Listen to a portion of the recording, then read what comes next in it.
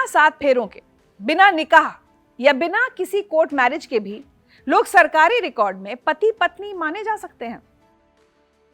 सुनकर शायद आपको थोड़ा अजीब लगे, लेकिन इसका जवाब है हाँ। और अब यह हमारे देश में मुमकिन होने जा रहा है।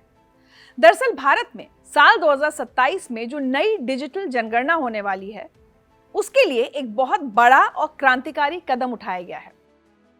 अब अगर कोई जोड़ा बिना शादी किए एक साथ यानी लिव इन रिलेशनशिप में रह रहा है, तो सरकार के डेटा में उन्हें भी शादीशुदा ही माना जाएगा। ये सिर्फ किसी सरकारी फॉर्म में एक नया बॉक्स जुड़ने जैसी बात नहीं है।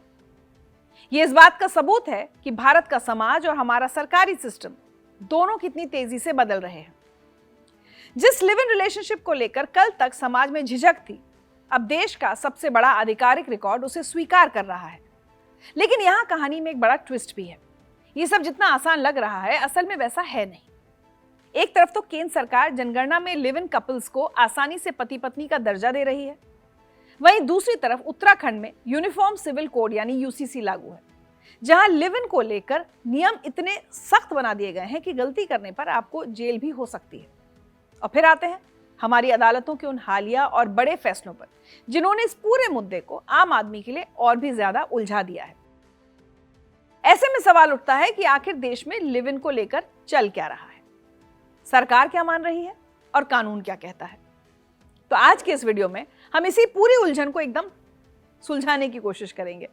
आपको बता दूं कि 2027 की डिजिटल जनगणना कैसे होगी, बिना किसी सर्टिफिकेट के सरकार 2 लोगों को शादीशुदा कैसे मान लेगी, और सबसे जरूरी बात, इन सब का आपके जीवन और अधिकारों पर क्या असर पड़ेगा। तो चलिए अब इस पूरी खबर को थोड़ा और गहराई से समझते हैं।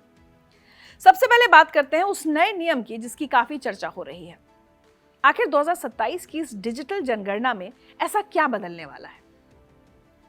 तो अब तक जब भी जनगणना वाले हमारे घर आते थे, तो वैवाहिक स्थिति यानी मैरिटल स्टेटस पूछने पर कुछ इस तरह के विकल्प होते थे कि आप कुंवारे हैं, शादीशुदा हैं, तलाकशुदा हैं या विधवा या विधुर हैं। अब 2027 की जनगणना में सरकार ने साफ कर दिया है कि अगर कोई जोड़ा लिव इन रिलेशनशिप में रह रहा है, तो उन्हें जनगणना के रिकॉर्ड में शादीशुदा की कैटेगरी में ही गिना जाएगा। अब यहाँ एक बड़ा सवाल आता है, क्या हर वो लड़का लड़की जो एक साथ रह रहे हैं वो अपने आप शादीशुदा मान लिए जाएंगे? बिल्कुल नहीं। यहीं पर एंट्री होती है एक बहुत ही अहम शब्द की, स्थिर रिश्ता, मतलब स्टेबल रिलेशनशिप, जहां 2 लोग पति पत्नी की तरह एक साथ एक ही छत के नीचे रह रहे हैं। वो साथ मिलकर घर का खर्च चला रहे हैं, उनकी जिंदगी एक दूसरे से जुड़ी है। समाज की नजर में भले ही उन्होंने 7 फेरे ना लिए हों या कोई निकाह ना किया हो, लेकिन उनकी बॉन्डिंग किसी भी शादीशुदा जोड़े से कम नहीं है। सरकार बस इसी स्थिरता या कमिटमेंट को मान्यता दे रही है। तो आप सोचेंगे कि सरकार को कैसे पता चलेगा कि कोई रिश्ता स्टेबल है, उसमें कमिटमेंट है या नहीं? क्या इसके लिए कोई जांच होगी? क्या कोई पुलिस वेरिफिकेशन होगा या मोहल्ले वालों से पूछा जाएगा? तो जवाब है बिल्कुल नहीं, ऐसा कुछ नहीं होगा। ये इस नियम का सबसे दिलचस्प और आम आदमी को राहत देने वाला हिस्सा है। सरकार आपसे कोई मैरिज सर्टिफिकेट, कोर्ट का पेपर या किसी की गवाही नहीं मांगने वाली। इस पूरी प्रक्रिया को सेल्फ डिक्लेरेशन यानी स्वयं की घोषणा पर रखा गया है। इसका मतलब है कि अगर आप और आपके पार्टनर खुद को शादीशुदा मानते हैं और आप जनगणना करने वाले अधिकारी को या ऐप पर खुद ये जानकारी देते हैं कि आप मैरिड हैं, तो बस बात खत्म। सरकारी रिकॉर्ड में वही दर्ज हो जाएगा जो आप कहेंगे, कोई आपसे सबूत नहीं मांगेगा। अब यहां एक और सवाल है जो शायद आपके दिमाग में भी आ रहा होगा, आखिर सरकार को ये सब करने की जरूरत क्या पड़ गई? सरकार अचानक से इतनी मॉडर्न कैसे हो गई? क्या इसके पीछे कोई खास वजह है? दरअसल इसके पीछे का कारण बहुत ही प्रैक्टिकल है। भारत का समाज अब बहुत तेजी से बदल रहा है। सिर्फ दिल्ली, मुंबई या बेंगलुरु जैसे बड़े शहर ही नहीं, बल्कि टियर 2 और टियर 3 शहरों में भी आज हजारों लाखों कपल्स लिव इन रिलेशनशिप्स में रह रहे हैं। यह हमारे समाज की नई जमीनी हकीकत है जिसे अब नजरअंदाज नहीं किया जा सकता। देखा जाए तो जनगणना के लिए भी ये करना सही है, क्योंकि जनगणना का असली मकसद है देश की आबादी का एकदम सही और सटीक डेटा इकट्ठा करना। अगर सरकार इन लिव इन कपल्स को परिवार की गिनती में शामिल ही नहीं करेगी, तो डेटा तो वैसे ही गलत हो जाएगा। और आपको पता होना चाहिए, बिना सही डेटा के ना तो सड़कें बनती हैं, ना अस्पताल, ना पानी की प्लानिंग होती है और ना ही सरकारी योजनाएं सही लोगों तक पहुंच पाती हैं। इसलिए भारत के इस बदलते हुए पारिवारिक ढांचे को सही ढंग से मैप करने के लिए ये कदम उठाया गया है। तो कुल मिलाकर बात यह है कि 2027 की जनगणना अब पुलिस या जज बनकर नहीं, बल्कि एक ऐसे सिस्टम की तरह आपके घर आएगी जो आपकी जिंदगी की सच्चाई को उसी रूप में स्वीकार करेगा जिस रूप में आप उसे जी रहे हैं। तो नियम तो आपने समझ लिया। अब आते हैं सबसे अहम सवाल पर कि ये सब असल में होगा कैसे। अगर आप लिव इन में हैं तो क्या आपको किसी दफ्तर के चक्कर काटने होंगे? बिल्कुल नहीं, क्योंकि 2027 की जनगणना भारत के इतिहास की पहली पूरी तरह से डिजिटल जनगणना होने जा रही है। अब तक आप अपने फोन से खाना मंगाते थे, कैब बुक करते थे, अब आप देश की जनसंख्या में अपनी हाजिरी भी खुद ही लगा सकेंगे। इसे कहा जा रहा है सेल्फ एन्यूमरेशन, यानी खुद अपनी जानकारी भरना। सरकार एक खास पोर्टल और मोबाइल ऐप लॉन्च कर रही है जो हिंदी और अंग्रेजी समेत 16 अलग अलग भाषाओं में काम करेगा।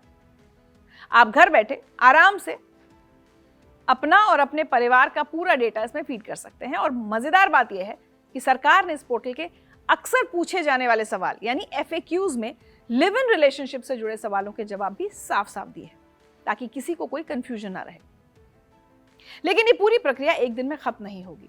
ये इतना बड़ा काम है कि इसे 2 अलग अलग चरणों में बांटा गया है। पहला चरण शुरू होने ही वाला है अप्रैल 2026 से लेकर सितंबर 2026 तक। इस दौरान मुख्य रूप से हाउस लिस्टिंग यानी मकानों की सूची का काम होगा। इसमें आपसे आपकी निजी जिंदगी के सवाल नहीं पूछे जाएंगे। पहले चरण में फोकस इस बात पर होगा कि आपके घर में सुख सुविधाएं क्या हैं, पीने का पानी कहां से आता है, बिजली कनेक्शन है या नहीं, घर में टीवी, फ्रिज या कोई गाड़ी है। बेसिकली सरकार जानना चाहती है कि देश का आम आदमी किस तरह की सुविधाएं इस्तेमाल कर रहा है। असली खेल शुरू होगा दूसरे चरण में, जो फरवरी 2027 में शुरू होगा। यही वो मेन राउंड है जिसे जनसंख्या गणना कहा जाता है। इसमें आपके घर के हर सदस्य की जानकारी मांगी जाएगी, जैसे उम्र, लिंग, एजुकेशन, आप क्या काम करते हैं, आपकी वैवाहिक स्थिति। इसी दूसरे चरण के फॉर्म में वो नया नियम लागू होगा जिसके बारे में हम बात कर रहे थे। यहीं पर लिव इन कपल्स खुद को शादीशुदा या स्थिर रिश्ते में रहने वाला घोषित कर सकेंगे। उन्हें बस वो ऑप्शन सिलेक्ट करना है और काम खत्म, कोई सवाल जवाब नहीं। अब यहां एक डर जो हर किसी के मन में आता है, प्राइवेसी का। अगर किसी ने सरकारी पोर्टल पर बता दिया कि वो लिव इन में है और उसके घर वालों को नहीं पता, तो क्या होगा? क्या सरकार ये डेटा पुलिस को दे देगी? क्या इससे कोई कानूनी पचड़ा खड़ा हो जाएगा? तो जवाब है नहीं। भारत के जनगणना अधिनियम 1948 के तहत ये सख्त कानून है कि जनगणना में दी गई आपकी हर एक जानकारी 100% सीक्रेट और गोपनीय रखी जाएगी। ये डेटा सिर्फ और सिर्फ आंकड़े बनाने के लिए इस्तेमाल होता है। इसे पुलिस, इनकम टैक्स या किसी भी सरकारी एजेंसी के साथ शेयर नहीं किया जा सकता। यहां तक कि कोर्ट भी इस डेटा को सबूत के तौर पर नहीं मांग सकता। इसलिए इस डिजिटल जनगणना में अपनी जानकारी देते वक्त आपको डरने की कोई जरूरत नहीं है। सरकार को सिर्फ नंबर चाहिए, आपकी निजी जिंदगी में झांकने का उनका कोई इरादा नहीं है। लेकिन जैसा मैंने शुरुआत में कहा था कि केंद्र सरकार की इस डिजिटल जनगणना का नियम एक तरफ है और कुछ राज्यों की सख्ती दूसरी तरफ। आपको शायद पता होगा, अगर नहीं है तो मैं बता दूं, उत्तराखंड हमारे देश का पहला ऐसा राज्य है जिसने अपने यहाँ UCC यानी यूनिफॉर्म सिविल कोड लागू किया है। और इस नए कानून के तहत लिव इन रिलेशनशिप को इतना सख्त और कानूनी बंधनों में जकड़ दिया गया है कि आप सुनकर हैरान रह जाएंगे। अगर आप उत्तराखंड में रहते हैं और अपने पार्टनर के साथ लिव इन में शिफ्ट होने की सोच रहे हैं, तो अब ये सिर्फ आपकी मर्जी या आपकी पर्सनल लाइफ नहीं रही। नए UCC कानून के मुताबिक लिव इन रिश्ते में आने के सिर्फ 30 दिन के अंदर आपको इसका सरकारी रजिस्ट्रेशन कराना अनिवार्य है। यानी आपको सरकार के पास जाकर या उनके बनाए गए खास ऑनलाइन पोर्टल पर यह दर्ज कराना होगा कि हम दोनों एक साथ रह रहे हैं। यह आपके लिए कोई चॉइस या ऑप्शन नहीं है, बल्कि सख्त कानूनी मजबूरी है। अब आप में से कुछ लोग सोच सकते हैं कि अगर किसी ने रजिस्ट्रेशन नहीं कराया तो क्या हो जाएगा, कौन हमारे घर के अंदर झांकने आ रहा है? तो यहीं पर इस कानून का सबसे डरावना पेंच है। अगर आपने 30 दिन के अंदर अपना लिव इन रजिस्टर नहीं कराया या जानबूझकर कोई गलत जानकारी दी, तो ये सीधे तौर पर एक अपराध माना जाएगा और इसकी सजा कोई छोटी मोटी चेतावनी नहीं है। कानून कहता है कि नियम तोड़ने वाले कपल को 3 महीने तक की जेल या फिर उन पर 10,000 रुपए तक का जुर्माना लगाया जा सकता है। और अगर मामला गंभीर हुआ तो जेल और जुर्माना दोनों एक साथ हो सकते हैं। लिव इन रिलेशनशिप का तो मतलब ही यही होता है कि दो लोग बिना किसी सामाजिक या कानूनी कागज के अपनी आजादी और प्राइवेसी के साथ रहें। लेकिन उत्तराखंड में अब इसी रिश्ते के बीच में पुलिस, रजिस्ट्रार और जेल का खौफ आ गया है। लेकिन इस कानून की सख्ती सिर्फ यहीं खत्म नहीं होती। इसमें एक ऐसा नियम भी है जिस पर काफी बहस हुई, वो है उम्र और माता पिता को नोटिस भेजने का पेंच। हम सब जानते हैं कि हमारे देश में 18 साल की उम्र के बाद किसी भी लड़के या लड़की को बालिग माना जाता है। लेकिन उत्तराखंड के यूसीसी में नियम है कि अगर लिव इन में रहने वाले कपल में से किसी एक की भी उम्र 21 साल से कम है तो उनका रजिस्ट्रेशन होते ही रजिस्ट्रार उनके माता पिता को नोटिस भेजेगा। यानी अगर आप 19 या 20 साल के हैं और लिव इन में रहना चाहते हैं तो सरकार खुद आपके घर वालों को इसके बारे में बता देगी। अब आप देखिए हमारे देश में एक ही विषय को लेकर कैसा अजीब विरोधाभास है। एक तरफ 2027 की जनगणना है जिसके मुताबिक सिर्फ आपकी जानकारी चाहिए, कोई सर्टिफिकेट नहीं, और दूसरी तरफ उत्तराखंड का कानून है जो कहता है कि अगर जानकारी छुपाई तो सीधे जेल जाओगे। तो सरकार के नियम और कानून की सख्ती तो आपने देख ली, लेकिन जब मामले उलझ जाते हैं, जब बात आपके अधिकारों और जिंदगी पर आ जाती है, तो देश की अदालतें क्या कहती हैं, ये समझना हम सब के लिए बहुत जरूरी है। क्योंकि हाल ही के कुछ सालों में लिव इन रिलेशनशिप को लेकर कोर्ट से कुछ ऐसे बड़े और ऐतिहासिक फैसले आए हैं जिन्होंने पुराने सारे मिथक तोड़ दिए हैं। सबसे पहले बात करते हैं एक ऐसे सवाल की जो अक्सर लोगों के दिमाग में आता है। क्या कोई शादीशुदा इंसान अपनी पत्नी या पति को बिना तलाक दिए किसी और के साथ लिव इन में रह सकता है? क्या यह जुर्म है? मार्च 2026 में इलाहाबाद हाई कोर्ट ने इस पर बड़ा फैसला दिया है। कोर्ट ने कहा कि अगर कोई शादीशुदा पुरुष किसी दूसरी बालिग महिला के साथ आपसी सहमति से रह रहा है तो ये कोई अपराध नहीं है। लेकिन कोर्ट ने यह भी साफ कर दिया कि ऐसे जोड़ों को अदालत की तरफ से कोई कानूनी या पुलिस सुरक्षा नहीं दी जाएगी, और ऐसा इसलिए क्योंकि अदालत का मानना है कि ऐसा करना उस आदमी की पहली पत्नी के कानूनी अधिकारों का उल्लंघन होगा। यानी आप साथ रह सकते हैं, पुलिस आपको बेवजह जेल में नहीं डालेगी, लेकिन अगर कोई विवाद होता है तो कानून पहली और कानूनी पत्नी के साथ ही खड़ा होगा। अब आते हैं दूसरे सबसे बड़े विवाद पर, जो है शादी का झांसा देकर रेप का मामला। आपने अक्सर ऐसी खबरें सुनी या पढ़ी होंगी कि लिव इन पार्टनर ने रिश्ता टूटने पर दूसरे पार्टनर पर रेप का केस दर्ज करा दिया। इस पर मई 2025 में सुप्रीम कोर्ट ने एक बहुत अहम फैसला सुनाया। सुप्रीम कोर्ट ने कहा कि अगर दो बालिग लोग लंबे समय तक अपनी मर्जी से लिव इन में रहते हैं तो रिश्ता टूटने के बाद सिर्फ शादी के झूठे वादे का हवाला देकर रेप का केस लगाना सही नहीं है। कोर्ट का मानना है कि जब एक बालिग महिला या पुरुष अपनी मर्जी से एक छत के नीचे पति पत्नी की तरह रहने का फैसला करते हैं तो वो अपनी स्वतंत्र इच्छा से ऐसा करते हैं। अगर आपसी सहमति से बने एक लंबे रिश्ते में बाद में कड़वाहट आ जाए तो उसे रेप का नाम नहीं दिया जा सकता। लेकिन ये सारी आजादी और सहमति नाबालिगों यानी कम उम्र के बच्चों पर लागू नहीं होती। पंजाब और हरियाणा हाई कोर्ट ने मार्च 2026 में इसे लेकर जीरो टॉलरेंस नीति अपनाई है। कोर्ट ने सख्त लहजे में कहा कि अगर लिव इन में रहने वाले जोड़े में से कोई एक भी नाबालिग है तो उन्हें अदालत से किसी तरह की कोई कानूनी सुरक्षा नहीं मिलेगी। बच्चों की सुरक्षा के मामले में कानून कोई नरमी नहीं बरतेगा और सख्त एक्शन लिया जाएगा।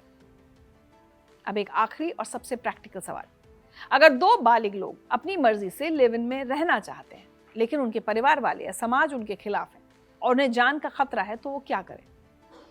तो यहाँ पर हमारे संविधान का आर्टिकल 21 यानी जीवन और व्यक्तिगत स्वतंत्रता का अधिकार उनकी ढाल बनता है।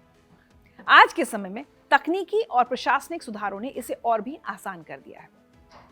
जैसा मैंने अभी बताया था, उत्तराखंड में यूसीसी के तहत ऑनलाइन पोर्टल बनाया गया है जहां आप बिना दफ्तरों के धक्के खाए अपनी जानकारी रजिस्टर कर सकते हैं, और अगर आपको किसी से भी खतरा है तो आप सीधा पुलिस या कोर्ट का दरवाजा खटखटा सकते हैं। अदालतें अब बालिग जोड़ों की सुरक्षा को उनके जीवन के अधिकार से जोड़कर देख रही हैं। इसलिए अगर आप सही उम्र के हैं और अपनी मर्जी से साथ हैं तो पुलिस सुरक्षा पाना अब पहले से कहीं ज्यादा आसान और पारदर्शी हो गया है। और अब 2027 की जनगणना में भी रजिस्ट्रेशन का ऑप्शन मिल गया है। लेकिन यहां मैं एक बात साफ कर देती हूँ, जनगणना में अगर सरकार आपको और आपके पार्टनर को शादीशुदा मान भी लेती है तो इसका मतलब ये बिल्कुल नहीं है कि आपको कानूनी तौर पर शादी का दर्जा मिल गया। याद रखिए, जनगणना सिर्फ डेटा कलेक्शन है, कोई मैरिज सर्टिफिकेट नहीं। सरकार सिर्फ ये गिनना चाहती है कि भारत में कितने लोग इस तरह के स्थिर रिश्ते या लिव इन में रह रहे हैं। इस लिस्ट में नाम आने से आपको पति या पत्नी वाले कानूनी अधिकार जैसे पैतृक संपत्ति में हिस्सा या गुजारा भत्ता नहीं मिलेगा।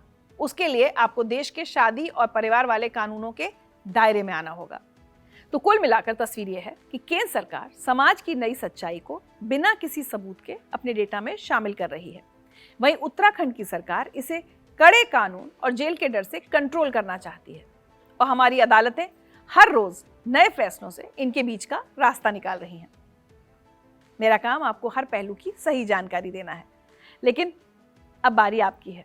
एक जागरूक नागरिक के तौर पर आप इस बदलाव को कैसे देखते हैं?